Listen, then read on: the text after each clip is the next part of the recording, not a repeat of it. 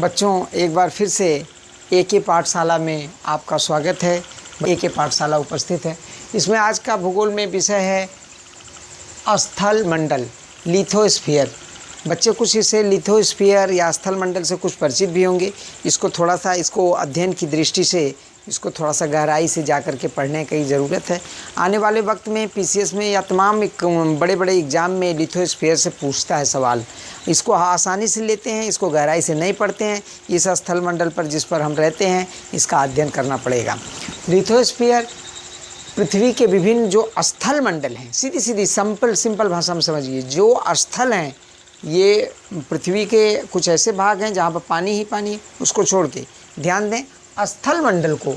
स्थल मंडल पृथ्वी के विभिन्न स्थलाकृति, जो स्थल की आकृतियाँ दिखाई देती हैं, जिस पर कुछ किया जा सकता है, जिस पर चला जा सकता है, रहा जा सकता है, उन पृथ्वी के विभिन्न स्थलाकृति, छोटे बड़े द्वीप, महाद्वीप और के स्थल भाग को स्थलामंडल कहते हैं। स्थल भाग को स्थलामंडल कहते हैं, लिथोस्फीयर कहते हैं। लिथोस्फीयर और स्थलाकृति में थोड़ा सा फर्क है। स्थलाकृति स्थल की आकृति वो बनावट कैसी है, आकृति कैसी है, इसको स्थलाकृतियाँ कहते हैं, लैंडफॉर्म कहते हैं। और लैंडफॉर्म कहते हैं पृथ्वी के धरातल पर विभिन्न प्रकार की स्थलाकृतियाँ देखने को मिलती हैं। हम पृथ्वी पर चलते हैं, देखने को ऊंचा नीचा, पहाड़, टीले और पठार, तमाम स्थलाकृतियाँ आपको दिखाई देती हैं। इन स्थलाकृतियों के दृश्यों को निर्माण उच्चावच के आधार पर, उच्चावच किसे कहते हैं? उच्च आवच। उच्च का मतलब होता है ऊंचाई और आवच मतलब निचाई। ऊंचे नीचे स्थलाकृति की जो ऊंचाई निचाई होती है इसी को उच्चावच या रिलीफ कहते हैं। इसके आधार पर, ऊंचाई और निचाई के आधार पर या उच्चावच के आधार पर पृथ्वी के स्थलाकृति को 3 श्रेणियों में विभाजित किया गया है। 3 श्रेणियां कौन कौन सी हैं? प्रथम श्रेणी का उच्चावच, दूसरी श्रेणी का उच्चावच और तृतीय श्रेणी का उच्चावच। पूरी संपूर्ण स्थलाकृति को 3 भागों में डिवाइड किया गया है। किसके आधार पर? उच्चावच के। उच्चावच का मतलब कि ऊंचाई और निचाई के आधार पर। उच्चावच का मतलब ऊंचाई और निचाई के आधार पर, उसकी ऊंचाई क्या है, निचाई क्या है, उसके आधार पर 3 श्रेणियों में विभाजित किया गया है संपूर्ण स्थलाकृति को। प्रथम श्रेणी के उच्चावच के अंतर्गत जो स्थलाकृति रखी गई है वह है महाद्वीप और महासागर। महासागरों का एक लेवल होता है और महाद्वीपों का एक सागर लेवल होता है। और ऊंचाई और निचाई या उच्चावच के आधार पर संपूर्ण स्थलाकृति को महाद्वीप और महासागर के ये बड़े एरिया हैं, इसलिए प्रथम श्रेणी में इसको रखा गया है। द्वितीय श्रेणी में आते हैं पर्वत, पठार एवं मैदान। पर्वत भी काफ़ी एरिया में पृथ्वी के स्थल पर पाए जाते हैं, पठार भी पाए जाते हैं और मैदान भी पाए जाते हैं। तो द्वितीय श्रेणी के पर्वत, पठार एवं मैदान उच्चावच हैं। तृतीय श्रेणी के उच्चावच के अंतर्गत टीले, नदी और घाटी, डेल्टा भी आते हैं।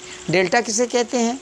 नदियाँ जब अपने बहाव को ले जा कर के, नदियाँ जब समुद्र में मिलती हैं तो मिलने के बाद मुहाने पर कुछ ऐसे रेत जमा हो जाते हैं। रेत जमा होकर के पानी उसके 2 हिस्से में बँट जाता है और उसके जो स्थलाकृति बनती है, एक आकृति बनती है, खूबसूरत सी जो जगह बनती है, उसी को डेल्टा कहते हैं। और घाटियाँ किसे कहते हैं? नदियाँ जाकर के जिस स्थान पर समुद्र में मिलती हैं वहाँ गहरा सा एक मुहाना सा बन जाता है, उसे ही घाटियाँ कहते हैं। टीले क्या होते हैं? ये टीले जो होते हैं ये समतल भाग में कुछ ऊंचाई वाले हिस्से में रेत के टीले बन जाते हैं या पहाड़ियों की तरह से टीले छोटे छोटे बनते हैं, उनको टीले कहते हैं। बच्चों ध्यान दीजिए, ये भूमंडलीय प्लेट्स के बारे में हम थोड़ा बता दें।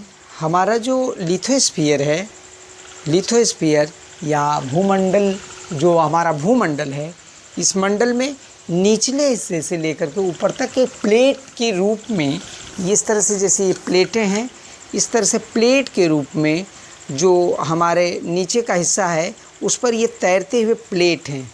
इस तरह से प्लेट के रूप में हमारा लिथोस्फीयर है और जिस पर हम टिके हुए हैं।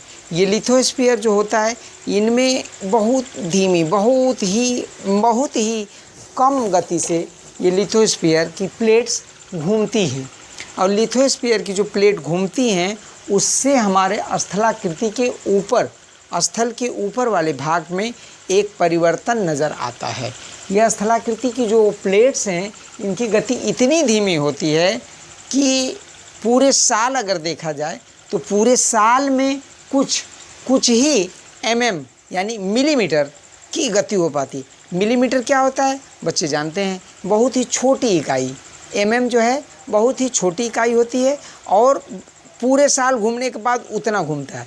अगर ये तेज़ गति से घूम दें तो पृथ्वी के ऊपर भूकंप की स्थिति आ जाएगी, पृथ्वी कांप जाएगी।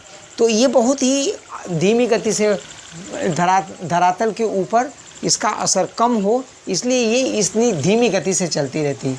इन गति के दो कारण होते हैं या दो प्रकार की इनकी गतियाँ हैं, इंडोजेनिक और एक्सोजेनिक। जो इंडोजेनिक गति होती है वो अंतर्जातीय होती है, जो अंदर पृथ्वी के अंदर चलती रहती है, और इंडोजेनिक इसी को कहते हैं। मेंटल वाला भाग हमने बताया कि मेंटल वाला भाग लिक्विड फार्म में है और गर्म फार्म में है। वह जो गर्म फार्म के ऊपर ये प्लेटें इस तरह से तैरती रहती हैं।